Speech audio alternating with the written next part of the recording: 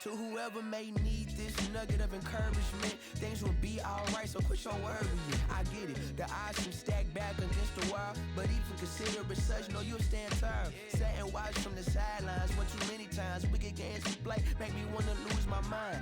Found solitude, knowing it'll be over soon. Ever need a boost? பழுக பண்ணின தேவனை நாங்கள் ஸ்தோத்திரிக்கிறோம் என்று இந்த காலை வேளையிலே புதிய நாளிலே நாம் தொடங்குவோம்.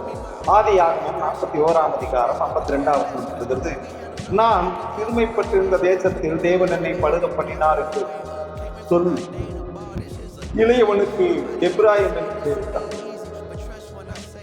யோசேப்பு எகிப்தின் ராஜாவாயிருந்த பார்வோனுக்கு முன்பாக நிற்கும் போது 30 வயதாயிருக்கிறார்.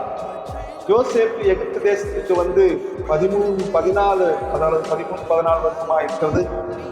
ஆதியாகமம் 37:2 யோசேப்பின் குடும்பம் எகிப்து தேசத்தில் கட்டி எழுப்பப்படுகிறது. யோசேப்பு போர்த்திபாரின் குமார்த்தியாகிய அஸ்னாத்தை விவாகம் செய்து கொண்டார். யோசேப்பின் 2 குமாரனுக்கு முதலாவது பிறந்த மகனுக்கு மனேசே என்று, இளையவனுக்கு எப்ராயிம் என்றும் பெயரிடுகிறார். யோசேப்புக்கு தன் தகப்பனை விட்டு பிரிந்த வருத்தம் இருந்தது. வருத்தத்துக்கு மாறாக மனேசே என்று பெயரிடுகிறார். யோசேப்பு ஆரம்பத்தில் எகிப்து தேசத்தில் சிறுமைப்பட்டிருந்தார்.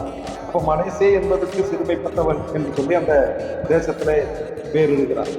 அதுபோல தேசத்திலே யோசேப்பை பழுக பண்ணினார். ஆகையால் யோசேப்பு தன் இளைய குமாரனுக்கு எப்ராயிம் என்று பெயரிட்டார். சிறுமைப்பட்டவன் பழுக பண்ணினார் சொல்லி 2 பேருக்கும் ஒரு வாக்குத்தத்தை, அதாவது அடைமொழியாக ஒரு வார்த்தையை பழுகி பெறுகிறது. ஆக பரிசுத்த வேதாகமத்தில் மனசே எப்ராயிம் ஆகிய 2 குமாரனுக்கும் சேர்ந்து சொல்லப்படுகிற இந்த வார்த்தையை போல சிறுமையாய் இருந்த நம்மளையும் பெருக சென்று பழுக பண்ணினார் என்று சொல்லி நாமம் வாழ்ந்து கர்த்தர் நம்மை ஆசீர்வதிப்பாராக. ஆமென்.